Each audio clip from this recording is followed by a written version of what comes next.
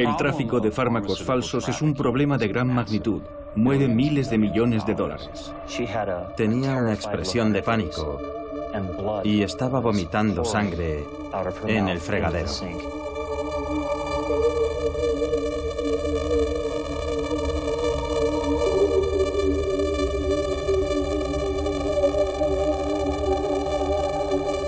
El Servicio Nacional de Salud de Reino Unido está siendo invadido por falsificaciones de conocidos medicamentos. Sufrió un fallo renal grave, pero sobrevivió. El jarabe tóxico para la tos mató a cientos de personas. Tuvimos un caso importante en Estados Unidos con la heparina.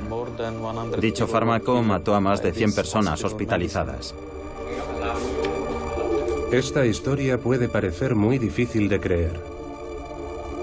Es la historia del negocio ilegal de los medicamentos falsificados. Es la historia de las personas que enfermaron y murieron por consumir medicamentos que supuestamente debían curarlos. Cuando nos llega un paquete por correo, no sabemos qué contiene realmente. Puede ser matarratas, por ejemplo. ¿Ha habido algún caso? Es un negocio que no ha parado de crecer. Genera más beneficios que la heroína y las otras drogas. Es una industria ilegal que mueve miles de millones de dólares y sin embargo apenas se oye hablar de ella. Es la historia de unos falsificadores despiadados que matan personas a diario. Pero por extraño que parezca, también es una historia de la que apenas se hacen eco los medios de hoy. El cliché habitual de lo malísima que es la industria farmacéutica no se aplica aquí. En este caso, las firmas farmacéuticas están en el bando de las víctimas. Y hasta la era de Internet, solo era una de tantas historias aterradoras que nos llegan de los países en desarrollo.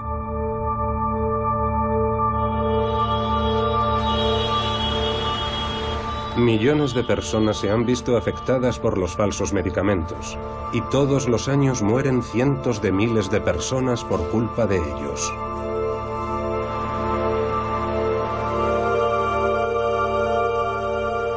Esta es la historia de las personas que trabajan sin descanso día y noche para combatir uno de los negocios criminales más rentables de nuestros tiempos.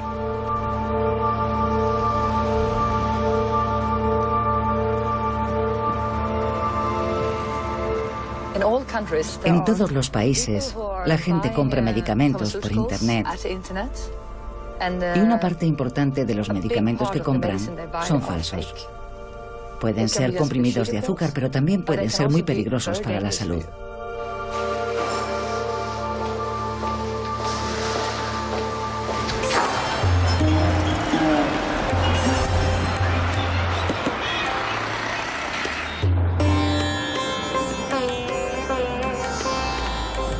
He sido detective durante 30 años.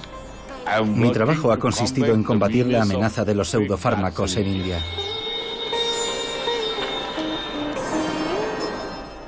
Llevo a cabo entre 8 y 10 redadas cada año. Los fabricantes de medicamentos falsos son asesinos. Son peores que asesinos. Porque cuando alguien intenta asesinarte, lo sabes porque lo tienes delante. Pero en este caso, ni siquiera sabes que hay alguien que está intentando asesinarte. Los que asesinan a la gente con sus pastillas falsas son asesinos invisibles. Y lo hacen solo por dinero.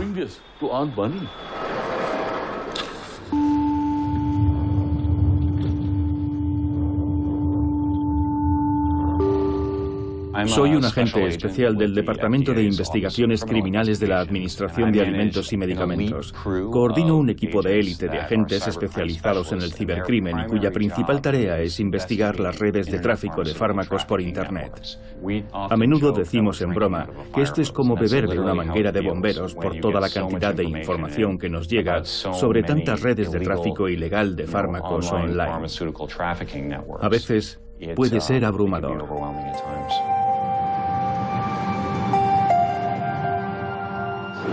Nuestra madre se puso enferma un día por tomar un medicamento.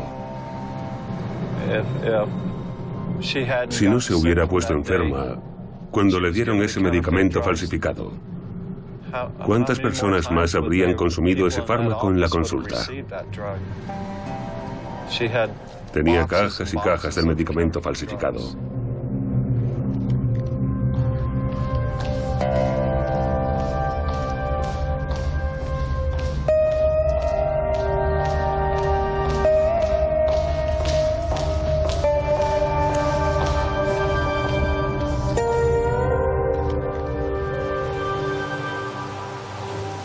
La gente me pregunta a menudo, ¿quién compra en Internet? ¿Quiénes son? Deben ser delincuentes, ¿no? Pero no, es gente normal. Y es fácil. Pero es una apuesta, diría yo. Hemos calculado que el 50% de lo que se compra en Internet es falso. Hay distintas estadísticas sobre el número de víctimas mortales de los fármacos falsificados. La Interpol calcula que cada año mueren entre 100.000 y 1 millón de personas.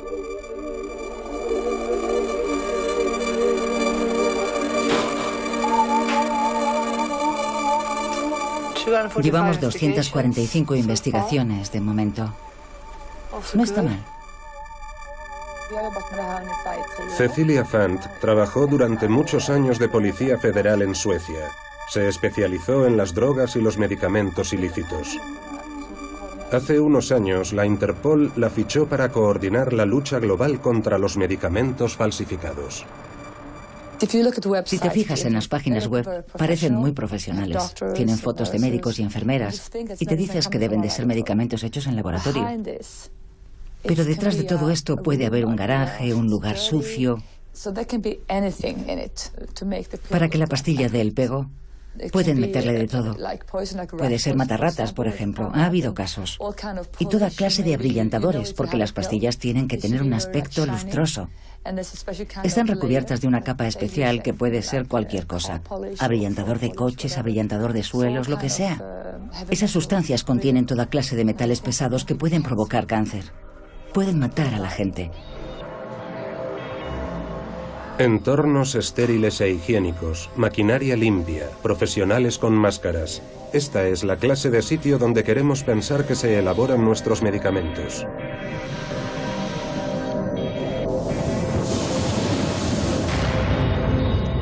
Pero ¿y si las pastillas que pensamos que nos van a curar provinieran de un sitio como este? Puede ser en cualquier parte. Este laboratorio, por ejemplo, lo encontramos en Suecia. Lo encontró el servicio sueco de aduanas. Tenían una máquina para hacer pastillas. Por allí pasó toda clase de gente. Yo estuve allí. La policía estuvo allí. Estaba muy sucio y había muchísimo polvo. Había diferentes tipos de cubos con polvos. Usaban una batidora de cocina. Es una prueba de que puede pasar en cualquier sitio. A veces me quita el sueño por la noche. Es un problema enorme. Les voy a dar un ejemplo. Mi propio suegro compraba en una farmacia online canadiense. Mi hermana decía que le parecía bien comprar en este tipo de sitios online. En Estados Unidos, la mayoría de la gente cree que si entra en una web con una hoja de arte, donde el personal es canadiense o se hace pasar por canadiense, los medicamentos vienen realmente de Canadá. En la mayoría de los casos, no es así. Aunque las víctimas de los pseudomedicamentos se cifran en millones, nos ha costado mucho encontrar a alguien que estuviera dispuesto a hablar frente a una cámara. Cuando estás enfermo no sospechas que el medicamento que tomas para curarte va a empeorar tu estado, hasta que una paciente se envenenó. Unos agentes especiales llevaron a cabo una redada en una consulta médica de Arizona. La vida de 2 hermanos cambió drásticamente. Este caso está relacionado con la falsificación de un medicamento para el cáncer, el Avastin. En realidad, el caso empezó con una víctima, una mujer llamada Betty Hunter. Fue a una clínica oncológica y tuvo una reacción adversa al Avastin. Y entonces descubrimos que no era Avastin. En la etiqueta ponía Altuzan, que es la versión turca. Pero descubrimos que no contenía el ingrediente farmacológico activo, contenía solo agua de grifo y moho.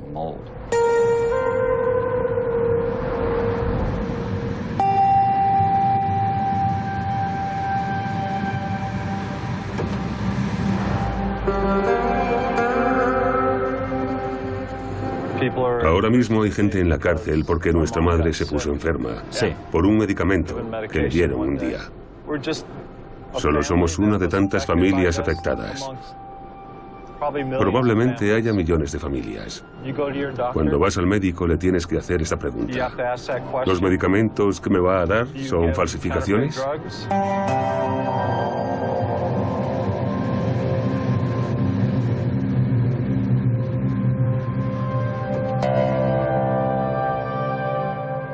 Enséñame los cadáveres. Es algo que no paran de decirme. Si de verdad las farmacias online son un problema tan importante, enséñame los cadáveres, Dan. Y yo pregunto, ¿qué cadáveres? Por lo general la gente no tiene una muerte fulminante cuando toma un fármaco que no posee el efecto terapéutico deseado. ¿Acaso no hemos aprendido nada de la historia? ¿De tantos años de experiencia de la sanidad pública? Esta es Betty Hunter. Betty padecía un cáncer de pulmón. La señora Hunter acudió a una clínica de hematología y oncología en Chandler, Arizona, para recibir una infusión intravenosa de lo que creía que sería Avastin, un fármaco que ya había consumido con anterioridad. Poco después, la señora Hunter empezó a temblar y a tener fiebre y náuseas. La enfermera anotó en su diario: la paciente está muy agitada, le tiemblan las manos y tiene la cara congestionada. He informado a la doctora y detenido la infusión. Me llamo David Lehan y él es mi hermano Chris. Nuestra madre falleció. La mayor parte de los fármacos contra el cáncer que recibió eran auténticos. Sin embargo, la Administración de Alimentos y Medicamentos nos informó de que había sido víctima de unas sustancias estupefacientes falsificadas. De unos fármacos falsificados. Gracias. Esta es la casa de nuestra familia. Nuestros padres la construyeron con la ayuda de unos amigos hace 44 años o así. Y todavía es propiedad de la familia. Nuestro padrastro Paul Hunter sigue viviendo aquí. ¿Qué hay, Paul? Era mi cumpleaños. Y mi madre me dio una cajita. Y la abrí.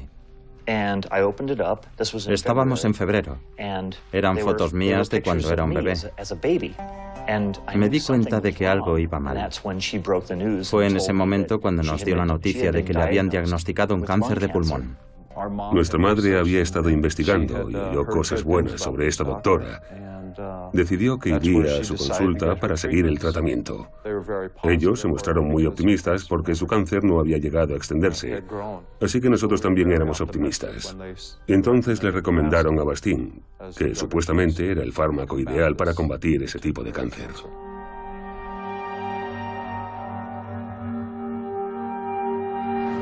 Dentro de unos minutos volveremos a Arizona con los hijos de Betty Hunter.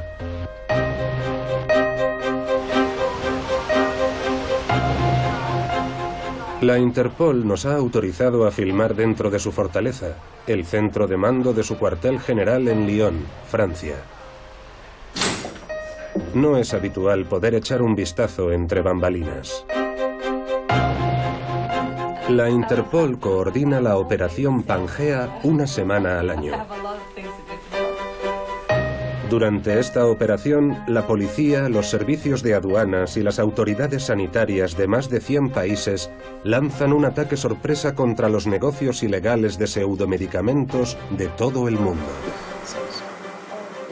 Durante esta semana los servicios de aduanas hacen incautaciones en las fronteras. La policía realiza detenciones y rastrea las webs que venden medicamentos falsos.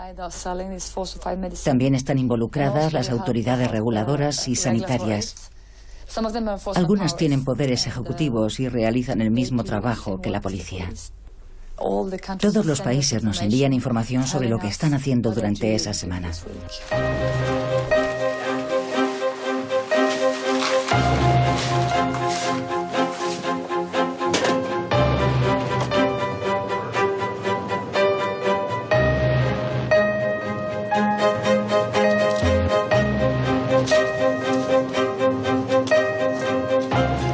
Tenemos a mi equipo de operaciones de la Unidad de Crímenes Farmacéuticos, luego a un representante de la Organización Inglesa de la Salud, a alguien de la Administración de Alimentos y Medicamentos de Estados Unidos, y tenemos los servicios de aduanas, por supuesto.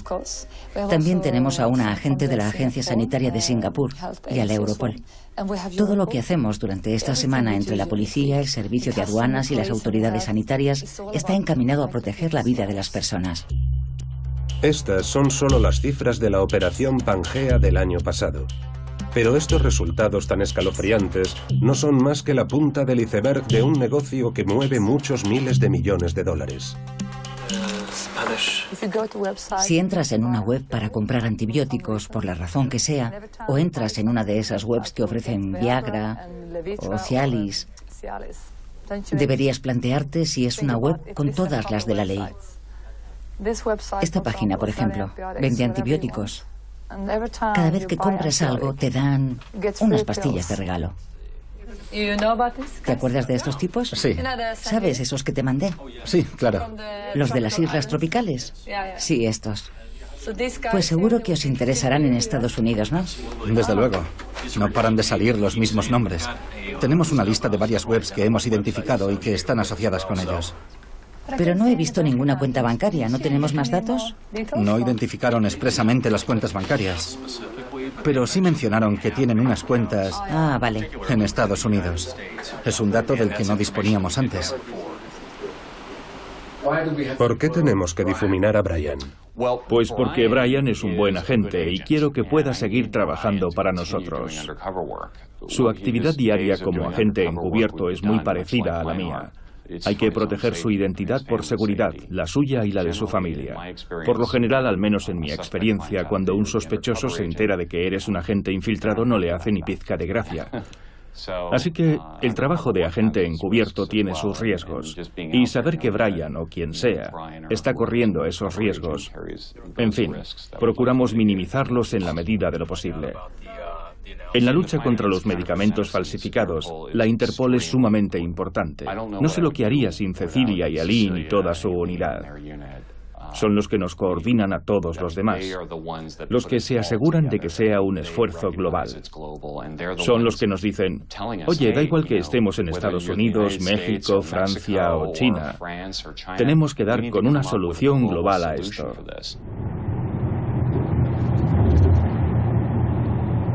En una investigación reciente, los clientes eran de Estados Unidos. Los servidores de las páginas web estaban en Estados Unidos y en Europa.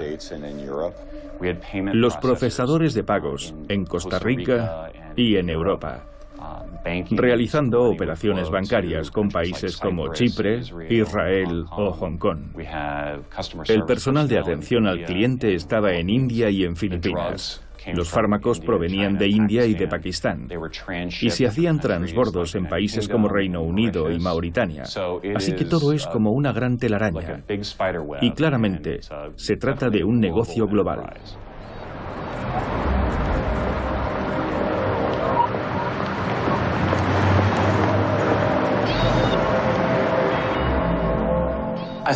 Creo que lo peor que podría pasarle a la industria farmacéutica sería que los consumidores dejaran de confiar en los medicamentos que se venden en las farmacias.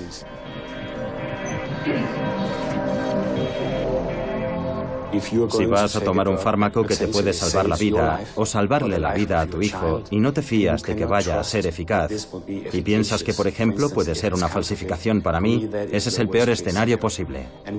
Y nosotros colaboramos en muchos frentes para asegurarnos de que no suceda eso.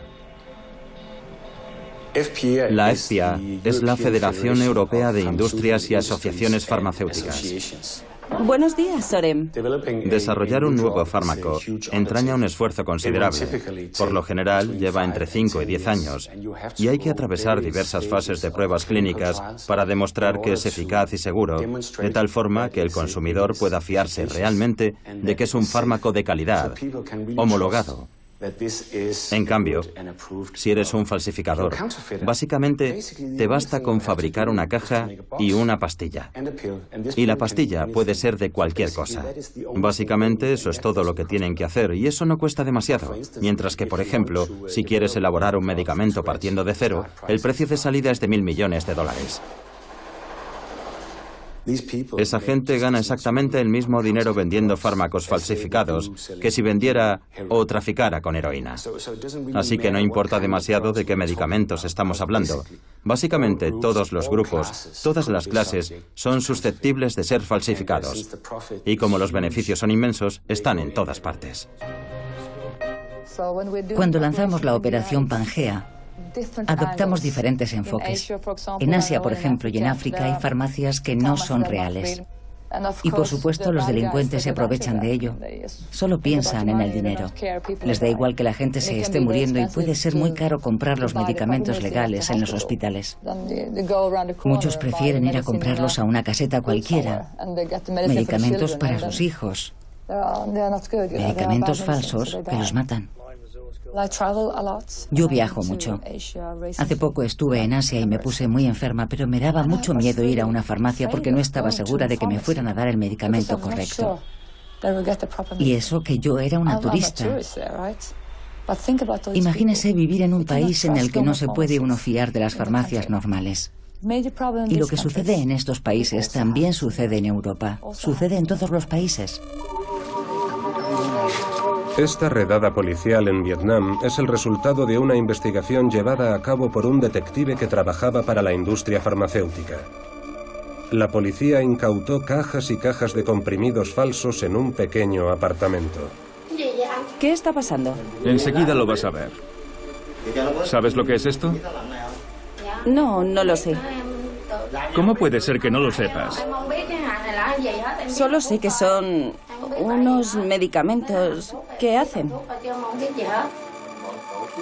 Esta historia nos condujo a otro investigador privado en India que se dedica a rastrear criminales que fabrican medicamentos falsos. Nos estamos dirigiendo a Aligarh. Es una pequeña ciudad cerca de Delhi y uno de los principales mercados para la distribución de medicamentos falsos. Uno de mis informantes me ha prometido darme unas muestras hoy. Hemos venido a recabar información sobre un medicamento falso. Nos enteraremos de los nombres de las marcas. Una parte importante de los fármacos falsos que se venden a nivel mundial se produce en India. Suresh Sati es un investigador privado que trabaja para las firmas farmacéuticas. Rastrea muestras de medicamentos falsos y contacta con las compañías mencionadas en los envases. Luego firma un contrato con la compañía farmacéutica para investigar la organización que se encuentra detrás del pseudofármaco.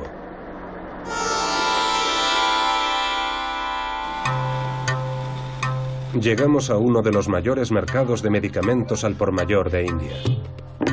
Cuando Suresh se apea del coche para reunirse con sus informantes, me da instrucciones de quedarme en el coche y esconder la cámara. Me dice que si saco la cámara en el mercado me la van a quitar.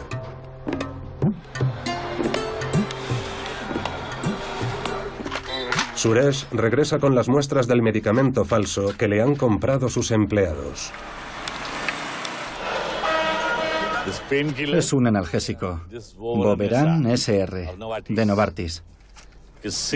Mira, por el blister, nadie diría que es falso. Es verdad que hay alguna diferencia en la caja, pero es insignificante. Solo puede percibirlas un experto. Si no, para un consumidor normal, no hay ninguna diferencia. Mira la caja. Todo está bien impreso. Hasta el holograma. Hasta el adhesivo que usan para sellar la caja tiene impreso el logo de Novartis. Aquí viene el número de la partida y la fecha de fabricación.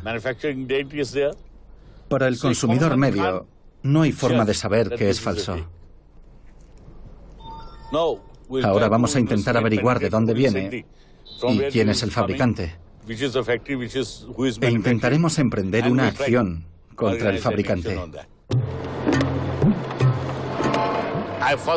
La primera vez que vi una pastilla falsa fue en 1982. Desde entonces, he visto que la industria no ha parado de crecer. Es más rentable que la heroína y otras drogas. En los años 90 descubrimos que también se estaba exportando. Los que nos venden sus productos en nuestro país son gente conocida, que tiene sus propias marcas y sus propias fábricas. Bajo la tapadera de sus marcas, fabrican las falsificaciones y las exportan.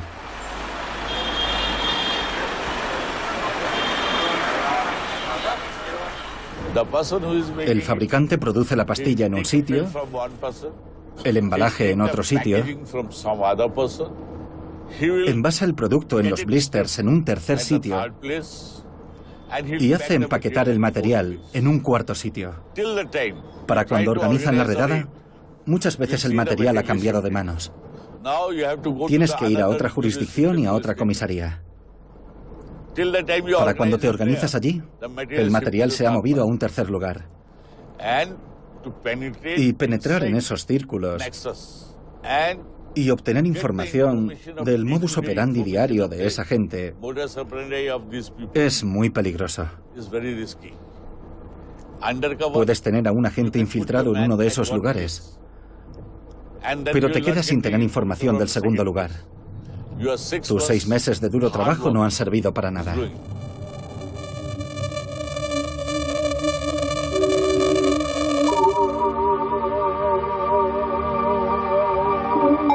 El agente especial de la Administración de Alimentos y Medicamentos Dan Burke accedió a desvelar su identidad al participar en esta película. Estas imágenes fueron grabadas con una cámara oculta durante su último trabajo encubierto. Junto a 2 compañeros ha tendido una trampa a un hombre de negocios chino que comercia con un fármaco falso contra el sobrepeso. ¿Quieres hablar ahora? Sí, vale. Espera que cojo esto. Siéntate por allí.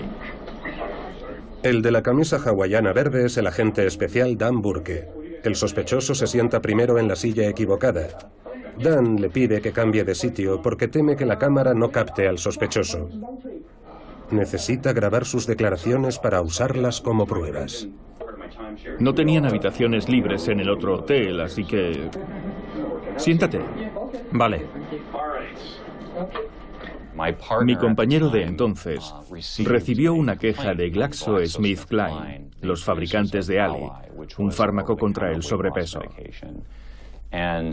Y descubrieron que en Estados Unidos se estaba comercializando Ali falsificado. Sí, eso es lo que quiero. Quiero saber qué pinta tiene esta cosa. Por fin, organizamos un encuentro haciéndonos pasar por compradores. Me hice pasar por un agente de aduanas, alguien que podía importar un alijo de Ali falsificado al país.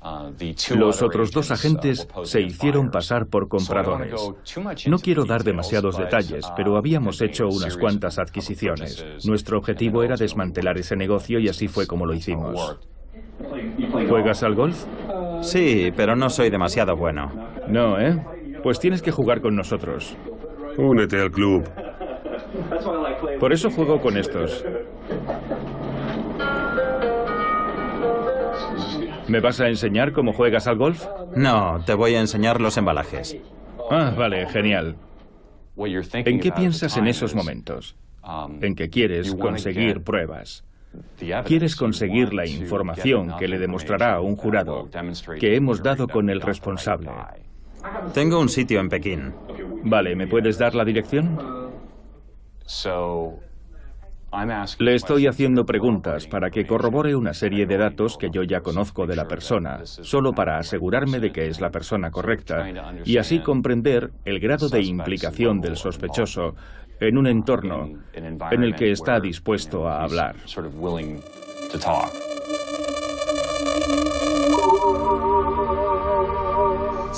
Hay quien dice, ¿realmente vale la pena? Cierras el negocio un día y al día siguiente ya está de nuevo en funcionamiento. Sí, siempre vale la pena.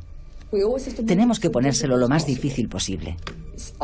Cuando trabajas en la brigada antidroga, a menudo te dices, ¿para qué voy a arrestar a este tipo si lo van a soltar dentro de 1 hora? Pero quizá durante esa hora le habré salvado la vida a una persona. Pues aquí pasa lo mismo. Algunos de los medicamentos no son más que píldoras de azúcar, claro, pero muchos otros pueden ser sumamente peligrosos. Es peligroso comprar cosas online y de ahí que llevemos a cabo esta operación. Se trata de cambiar la forma de ver las cosas de la gente, sobre todo los más jóvenes, que viven su vida en Internet. Lo hacen todo online, por eso sois tan importantes para ellos. A veces hablo con chicas que me dicen, estuve hablando con un chico muy majo en Internet y quiero perder peso. Me dijo que esto funcionaba y fue muy majo conmigo. Yo les digo, no son majos. Lo que quieren es venderte algo. Para ellos, esto es un negocio. Fabrican medicamentos falsos y venden todo lo que pueden para ganar dinero. Esto es así. En muchos casos están muy organizados y ganan muchísimo dinero con esto.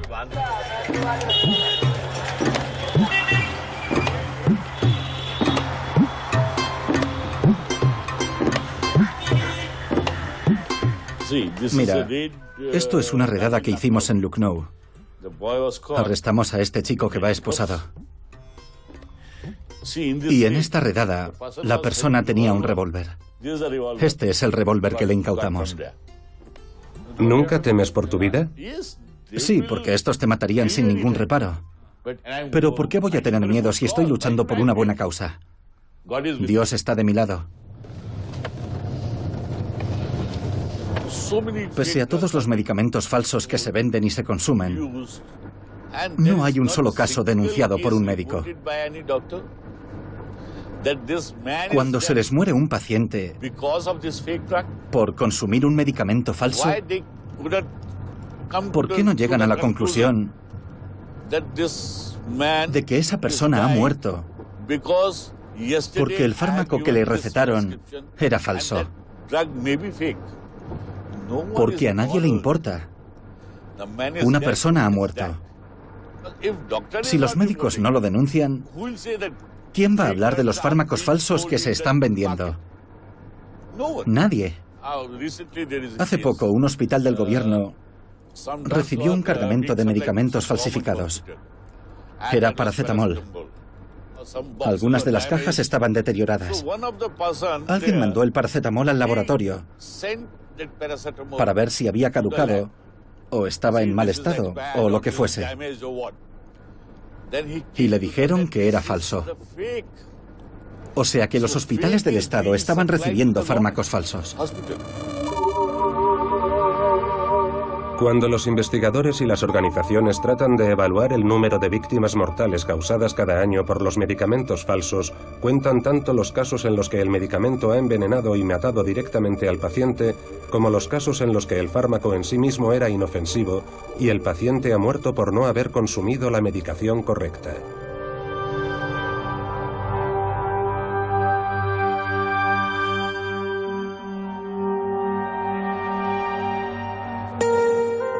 Sus escáneres estaban mejorando. Su tumor estaba encogiendo, así que en la familia pensábamos que habíamos ganado algo de tiempo. No parecía demasiado preocupante, así que siguió haciendo vida normal. Iba a las bodas y los cumpleaños. Hacía como si no estuviera enferma. Hasta que un día mi madre tuvo una reacción. Se puso mala mientras le hacían una infusión intravenosa de su medicación. Ya había recibido múltiples dosis de ese medicamento y nunca jamás había tenido problemas. Pero ese día le entraron escalofríos, tuvo vómitos, calambres y le aumentó la fiebre.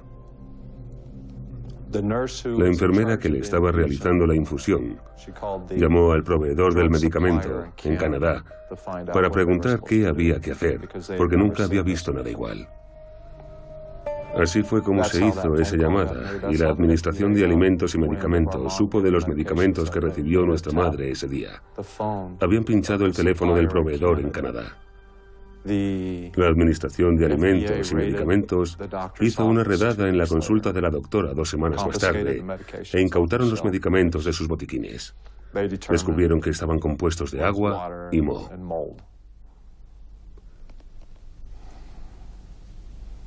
Informaron a la doctora de que había adquirido fármacos falsificados. Nuestra madre seguía viva. Seguía yendo a la consulta de la doctora, pero nadie nos dijo nada.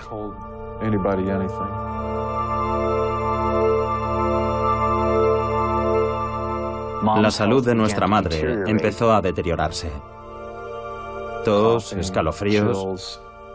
No podía salir de la cama, no podía respirar. Aquello duró 2 meses. Entonces supimos que probablemente estaba en las últimas. Nos dijo que pasaba algo raro con la doctora. No sabía el qué, pero la doctora ya no la trataba como antes.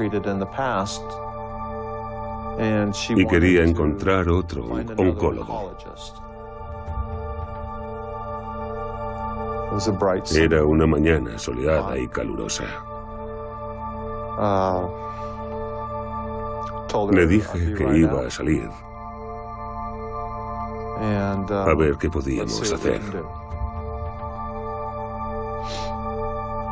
Mientras tanto, mi hermano fue a verla. Paul la estaba sujetando al lado del fregadero. No podía respirar. Tenía una expresión de pánico y estaba vomitando sangre en el fregadero. La ventana de la cocina era su fuente de inspiración cotidiana. Le encantaba contemplar su jardín, así que tiene sentido que ocurriera precisamente allí.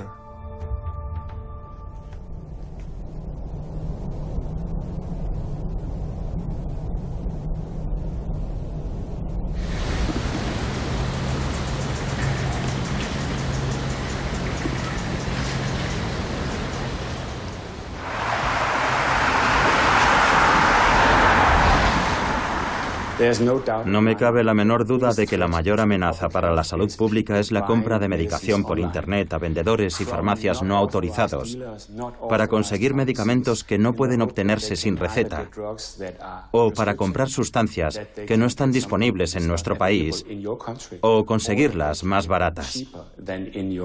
Eso plantea una amenaza muy grave para la salud pública. No se puede controlar Internet. Es sencillamente imposible. Pero puede ser una buena idea imponer restricciones. Es factible. Sin embargo, en el fondo, si la gente quiere algo, lo consigue. Algún día, cuando entremos en una farmacia online europea, habrá un pequeño logo que, al hacer clic, nos dirigirá a nuestra autoridad reguladora nacional y nos dirá si es una farmacia autorizada. Si queremos estar completamente seguros de que nuestra medicación es segura, la mejor forma es comprarla en una farmacia física.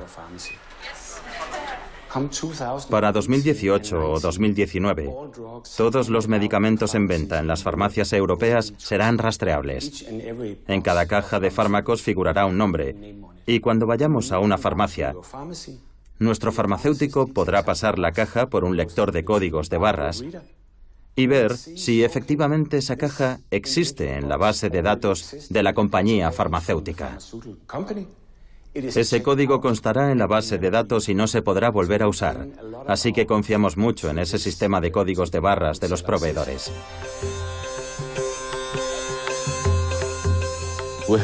Tenemos informantes por todo el país. Cada vez que sabemos de tal o cual fábrica que está fabricando falsificaciones, intentamos infiltrar a un agente en la fábrica para averiguar el modus operandi cotidiano del jefe. Luego tenemos que averiguar la disponibilidad de la policía. Puede pasar que tal día estén fabricando la sustancia y la policía no esté disponible. Nos dicen, vaya, lo sentimos, hoy estamos ocupados, vengan mañana y tomaremos medidas. Pero mañana el producto ya no estará en la fábrica. Y luego vuelta a empezar. Esperar otro mes o el tiempo que sea hasta que volvamos a tener información. Hay que coordinar a la policía y al agente infiltrado para que actúen cuando el producto está saliendo de la máquina. Si no los coges con las manos en la masa, te dirán: yo no he sido, porque solo lo hacen un par de días cada 2 semanas. La gente compra cada vez más medicamentos por Internet, y los profesionales de la sanidad también intentan ahorrar comprando productos más baratos por Internet. En el caso de Betty Hunter, fue su propia doctora quien, sin saberlo, adquirió el fármaco falso contra el cáncer. Es irónico que los médicos puedan salirse con la suya, tras poner en peligro la vida de sus pacientes por pura codicia. Porque estamos hablando de mucho dinero, una fortuna. Creo que le dijo al primer agente con el que habló que había pagado una 10ª parte. Una 10ª parte del precio normal por el Altuzan.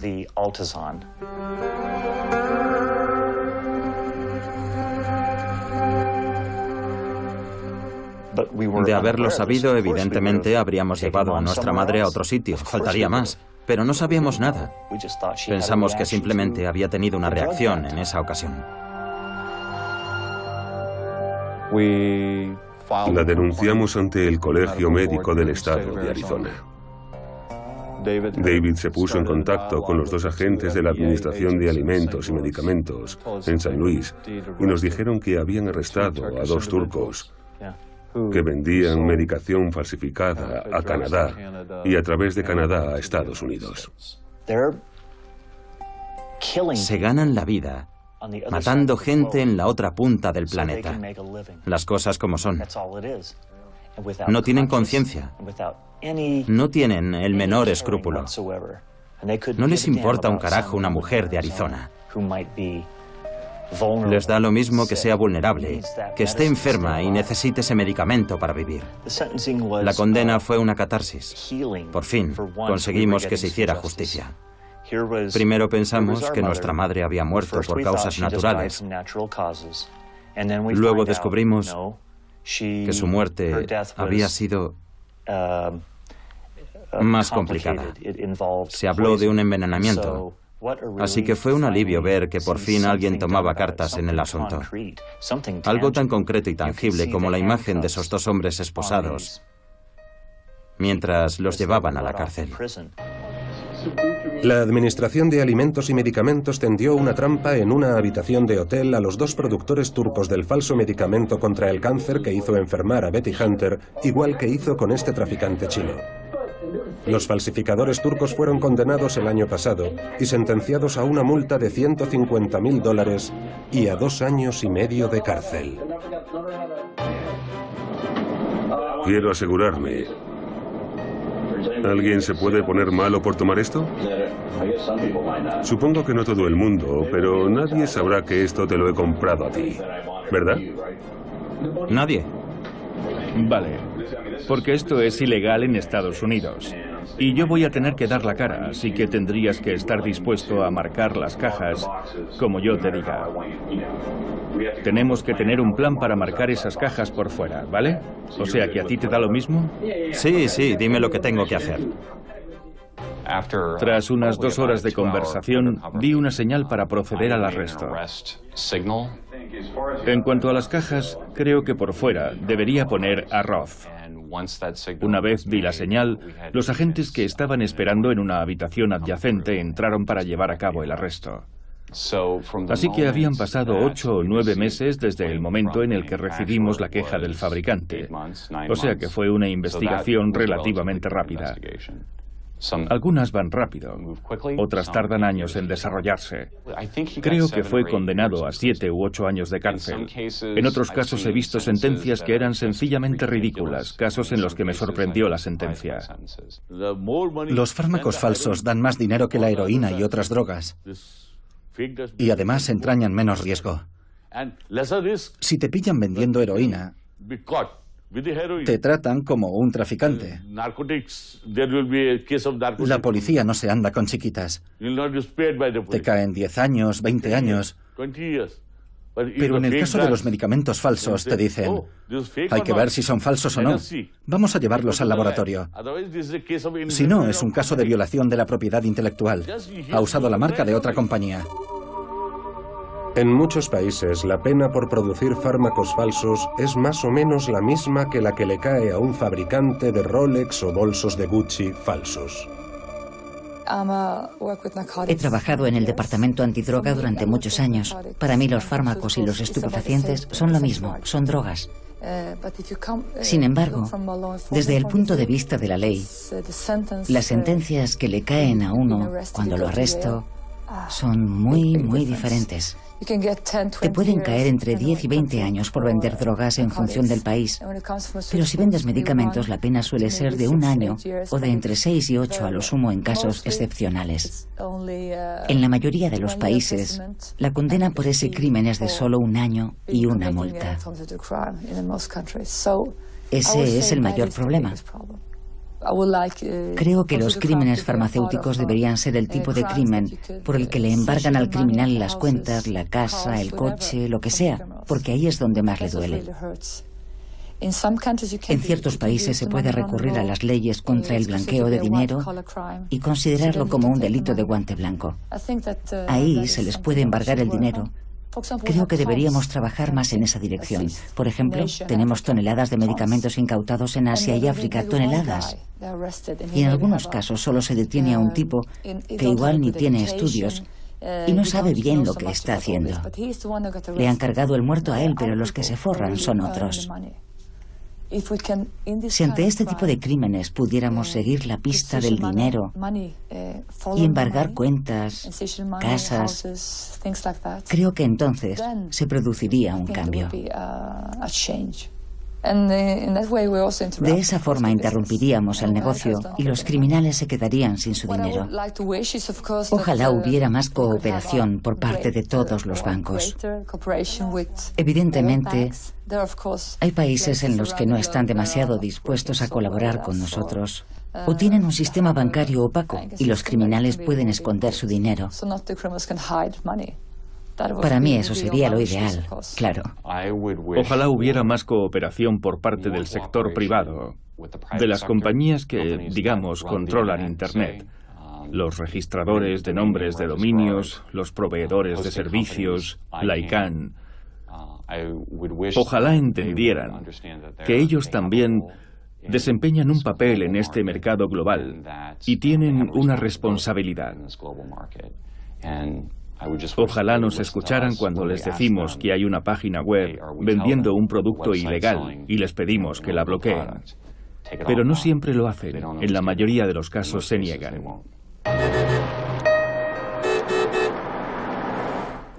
En India nadie quiere invertir dinero en esta lucha. Ni siquiera las compañías. He realizado un montón de redadas y todo el mundo me lo agradecía. Glaxo me lo agradecía, Pfizer me lo agradecía, Abbott me lo agradecía. Pero a veces pienso que estas compañías solo están interesadas porque están usando sus marcas. Si su marca no está en juego, no les importa. Solo les preocupa su marca. No el que haya un fármaco falso en el mercado que pueda matar a alguien.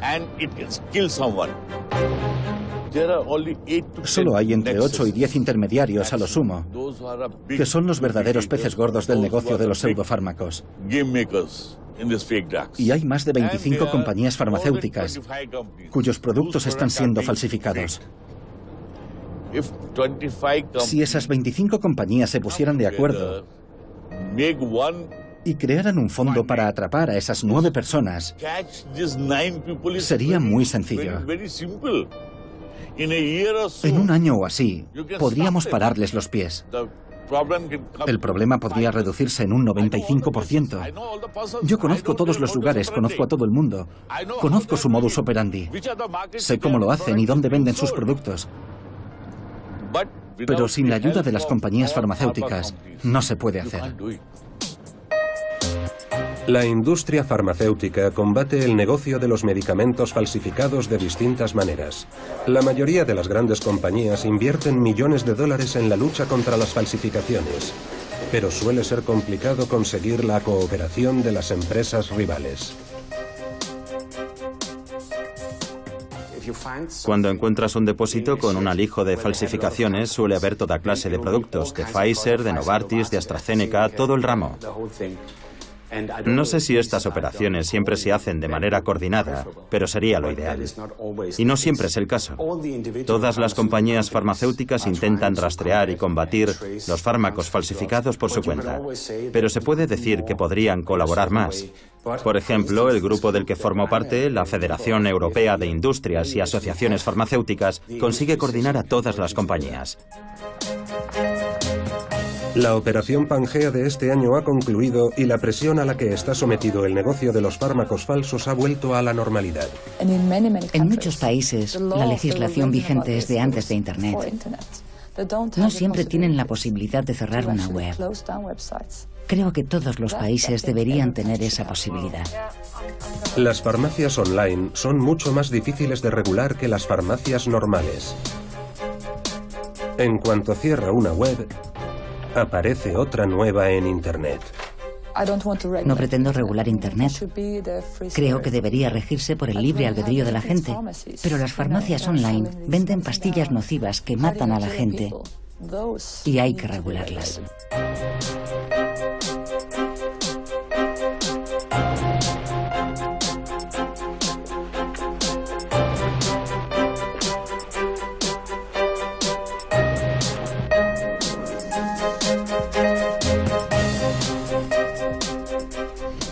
Leí un artículo sobre un indeseable que estaba vendiendo medicación falsa contra el cáncer. Le preguntaron cómo era capaz de vender medicamentos falsos y dijo, pero si se van a morir de todas formas.